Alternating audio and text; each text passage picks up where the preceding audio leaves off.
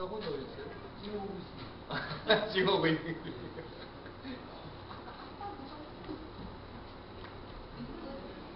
자, 2011년 6월, 아니 7월이죠. 7월 3일입니다. 1년에 반을 딱 잘라 먹었습니다.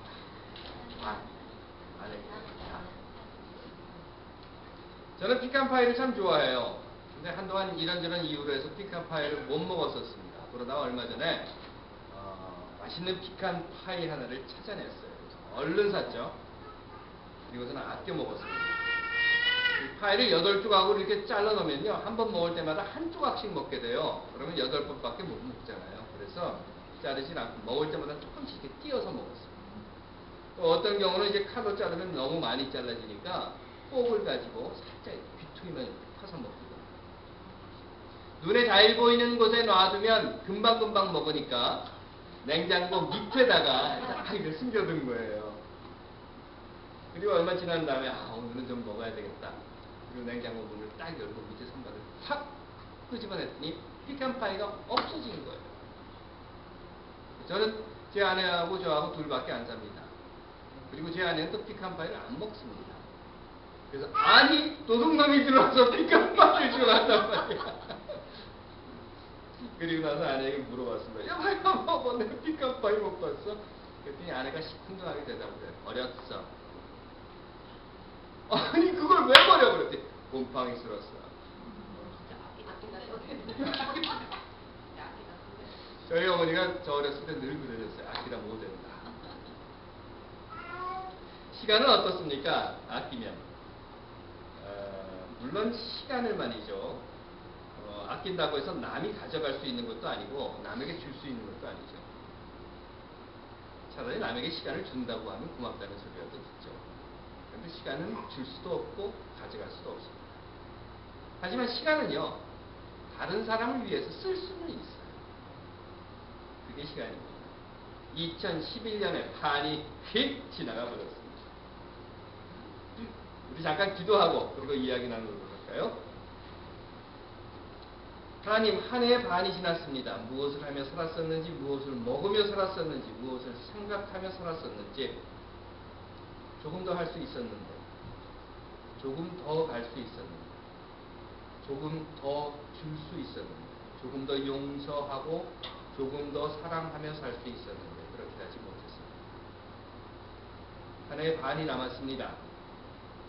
남은 반이 다 가기 전에, 한 걸음 더, 한 손길 더, 한 마음 더, 조금 더 사랑하게 하옵소서.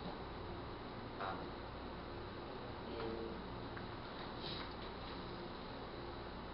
이번 일요일부터 시작해서요, 몇 주간 기독교의 몇 가지 기본적인 신앙 고백에 대해서 이야기를 여러분들과 함께 나누어 보려고 합니다. 어떤 사람들은 이런 이야기를 교리라고 부르기도 해요.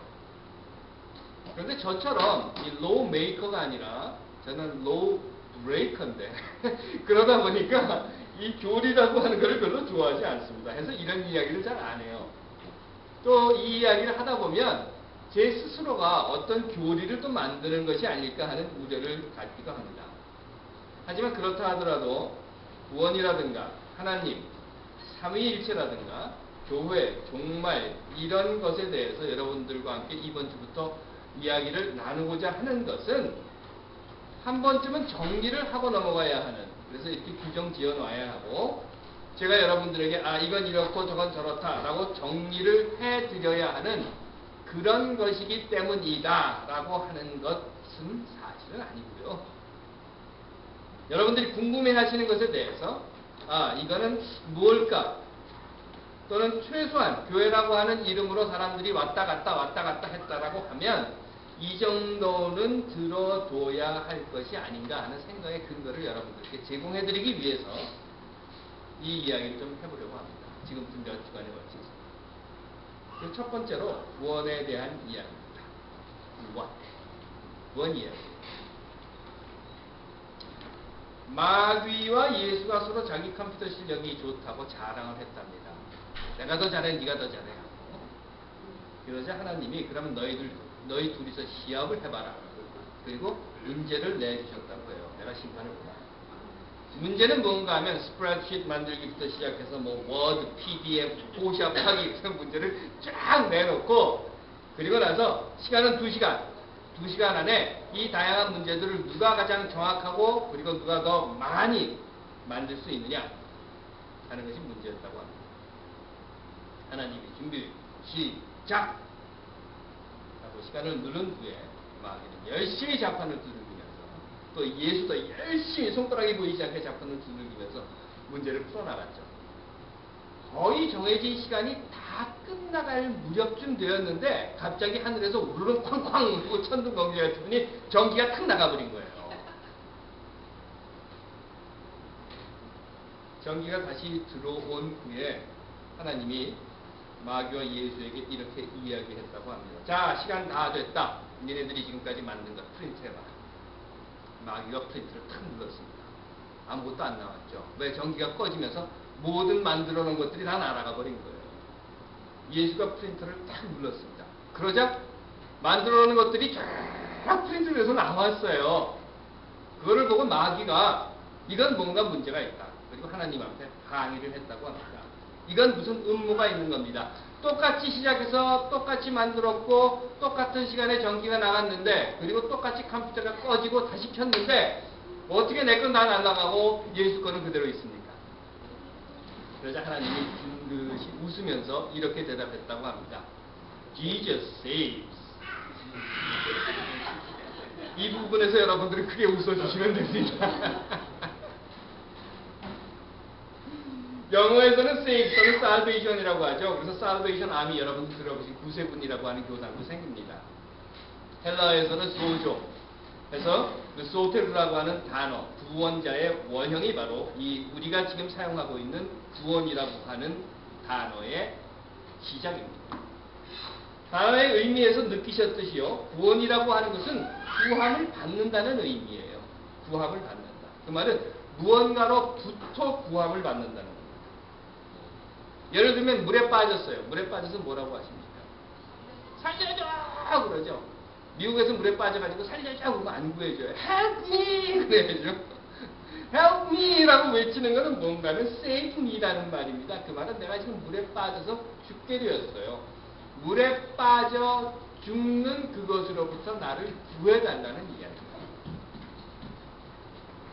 여러분들 잘 아시는 조난 신호 SOS라고 하죠. 그것은 Save My Souls의 약자입니다. 구해달라는 거예요. 구해달라. 지금 내가 어떤 위급한 상황에 처했다는 거죠. 그 위급한 상황으로부터 나를 구해주십시오 라고 요청하는 겁니다. 그래서 SOS 하는 겁니다. 마찬가지로 기독교가 말하는 구원이라고 하는 것도요. 무엇인가로부터의 구함받는 것을 이야기합니다. 그리고 기독교는 그 무엇인가로부터의 구원받는 그 대상을 죄라고 했습니다. 죄. 그래서 우리가 흔히 이야기하는 구원이라고 하는 단어는 내가 죄로부터 구함을 받는다라고 하는 것을 이야기하고 있는 것입니다.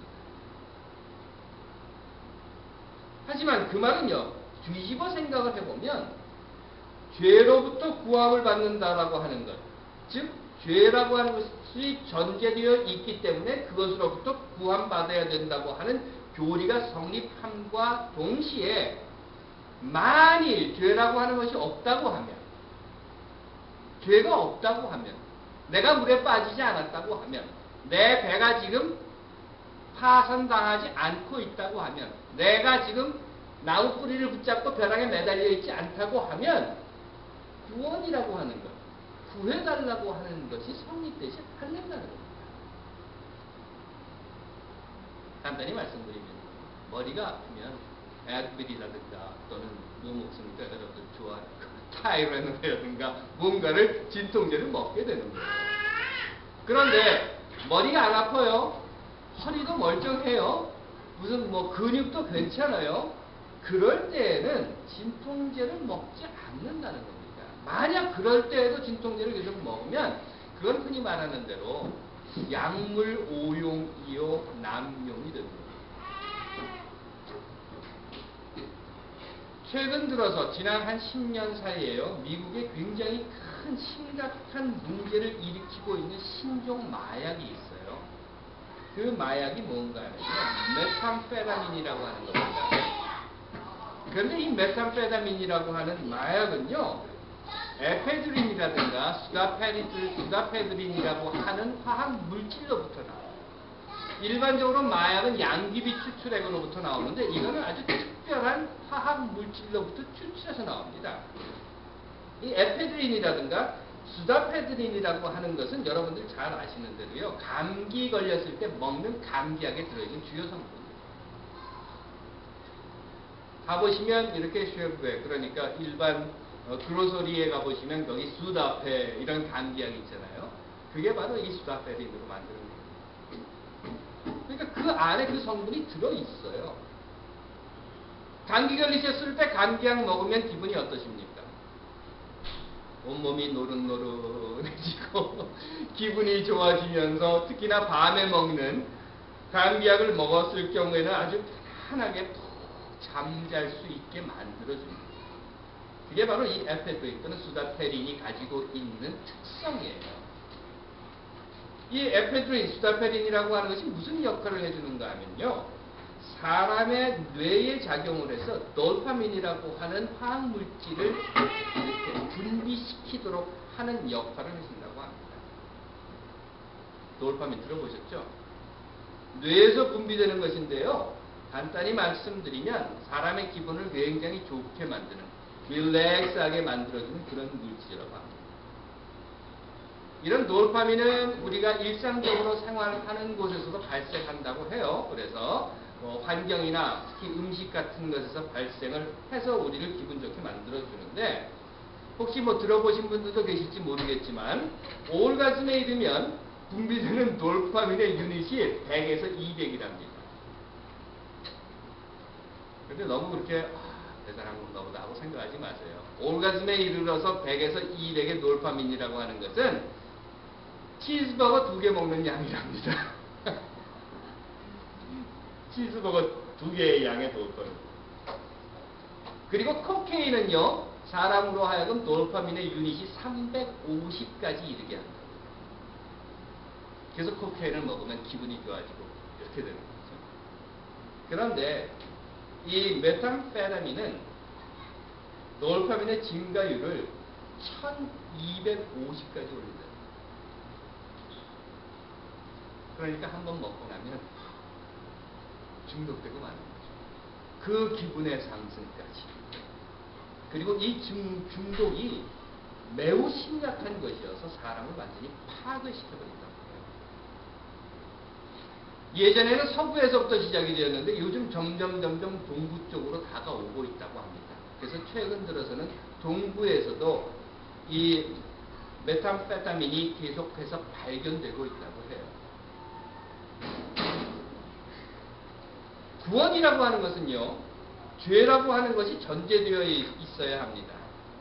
진통제는 진통이 전제되어 있어야 합니다. 진통이 없는 상태에서 진통제를 먹으면 오용이 되고 남용이 됩니다. 오용과 남용을 계속 하다 보면 없는 진통이 우리 안에서 만들어지게 됩니다. 중독 증상이라고 하는 것이 그겁니다. 원래는 여기가 정상이에요. 여기가. 요만큼에 딱 올라와 있으면 이것이 도파민의 정상입니다. 그런데 아파요. 그래서 우리 몸이 이렇게 떨어져 있으면 약을 먹여줍니다. 그래서 고통 중에 고통스러운 이 부분을 이 약으로 인해서 도파민을 좀 증가시켜줘서 다시 정상으로 만들어주는 거예요. 그리고 정상으로 만들어줘서 저 당분간 좀 기분이 좋게 하고 몸 아픈 것도 낫게는 아니죠. 몸 아픈 것도 안 아프게 느끼도록 하고 어느 정도 지나고 나면 몸이 정상이 돼요. 그래서는 약을 더 이상 먹지 않아도 정상적인 도파민 수준이 됩니다.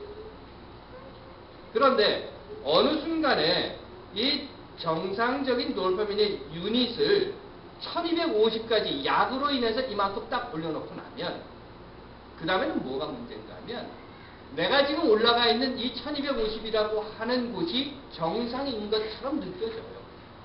그 말은 원래 정상은 여기였는데 여기가 정상적인 도파민의 유닛이었는데 이만큼 올라가고 나니까 이 중간이 고통으로 작용하게 된다는 거예요. 이게 진통이 되어버리는 거예요. 원래는 없었던 고통이었어요. 원래는 없었던 진통이었습니다. 근데 이게 진통이 돼요. 그리고 다시 정상으로 내려가면 어떻게 됩니까? 통증을 느껴요. 그래서 다시 또 먹어야 됩니다. 정상으로 내려가면 또 통증을 느껴요. 그것보다 더 올라가야 돼요. 이게 중독이 되는 겁니다. 지속적으로 약물을 투여해서 정상을 지키려고 하지만 사실은 이 정상적이라고 하는 그 도파민의 유닛은 비정상적인 거예요. 그런데 우리가 만들어 놓은 거예요. 결국은 계속해서 약물을 투여하고 인간을 파괴하게 만들어버리는 거예요. 이게 중독입니다. 앞에서 다시 말씀드린 것을 다시 말씀드리면 구원이라고 하는 것은 죄가 전제되어야 합니다. 왜? 죄로부터 구함을 받는 것이 기독교가 말하는 구원의 목적이기 때문입니다. 그러면 죄가 없다고 하면 구원이라고 하는 것이 필요 없게 됩니다.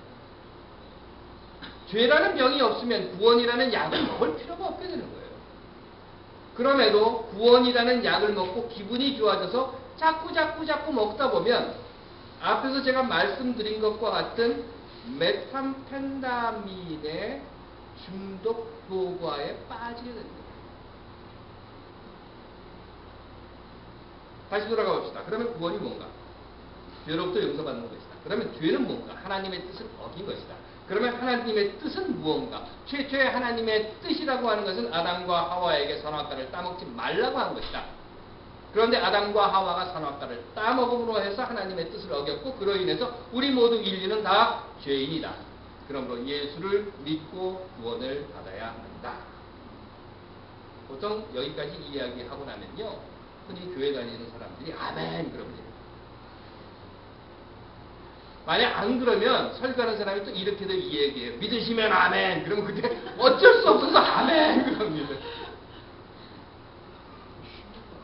여러분들은 어떠십니까? 최초의 죄라고 하는 것은 아담과 하와가 선악과를 따먹음으로 해서 지금까지 그 죄가 우리에게 유전되었고 그로 인해서 온 인류는 태어난 모든 사람들은 다 죄인이고 그로 인해서 우리는 예수를 믿고 죄로부터 구원을 받아야 한다. 글쎄요. 여러분들은 어떠신지 모르겠어요. 하지만 누군가 제게 이런 말을 한다면 저는 이렇게 대답할 거예요. What the heck? 유대인들의 창조 신화에 나와 있는 아담과 하와의 이야기가 나와 무슨 상관이 있습니까? 오히려 그 유대인들의 창조 신화에 나와 있는 아담과 하와의 이야기를 지금 사는 나에게, 지금 태어나는 우리 아이들에게 적용하겠다고 하면 오히려 저는 혁거제의 신화가 더 연관성이 있다고 생각해요. 박씨의 조상. 여기도 박씨성 가지신 분들 계십니다. 아래서 나오지는 않으셨죠? 그렇죠? 그럼 죄가 뭡니까? 아담과 하와, 선악과 이런 것은 그냥 우리 버리도록 하고 그러면 죄가 뭡니까? 전에도 전에 여러분들께 이런 말씀 드렸어요. 죄라는 것, 그것은 죄라고 하는 단어보다는 부끄러움이라고 하는 단어가 오늘 우리에게 더 가슴에 와닿고 우리의 삶의 방향을 바로잡아주는 단어가 아닙니다. 하늘을 우러러 하는 그 안에 들어있는 부끄러움이라고 합니다. 가르치는 선생님이라면 학생들을 우러러서 어떠십니까? 아이를 기르는 부모라면 자녀를 우러러서 남편이라면 아내를 우러러서 상인이라면 내 물건을 사가는 그 고객들을 우러러서 기업주라면 노동자를 위해서 정치인이라면 국민들을 우러러서 목회자라면 그 목회자의 설교를 듣고 있는 교인들을 우러러서 저는 늘 이 부분을 이야기할 때마다 여러분들을 우러러 볼 때마다 구원은 아예 꿈도 꾸지 못하지만 그래서 죄송합니다. 여하튼 간에 죄라고 하는 것은 무엇일까요? 저는 부끄러움이라고 생각합니다. 그리고 그 죄로부터의 구원이라고 하는 것은 무엇일까요? 부끄러움으로부터의 해방. 부끄러움에 붙잡혀 있는 우리 삶으로부터의 해방. 이것이 구원이 아닐까 저는 생각합니다. 오늘 여기까지 합시다. 지난주에 26분을 했거든요. 그랬더니 꽉 차버렸어요. 다음 주에 우리 다시 한번 생각해 봅시다. 구원은 부끄러움입니다. 아니, 죄는 부끄러움입니다. 구원은 부끄러움으로부터의 해방입니다. 그렇다면 예수 믿고 구원받아 천당 가는 것이 아니라 부끄러움으로부터의 해방은 우리의 삶에 무엇인가 하는 것에 대해서 다음 주에 우리 계속 이야기하도록 하겠습니다. 기도합시다. 하나님, 우리들이 부끄럽지 않게 하옵소서. 예수님 이름으로 기도하옵나이다. 아멘.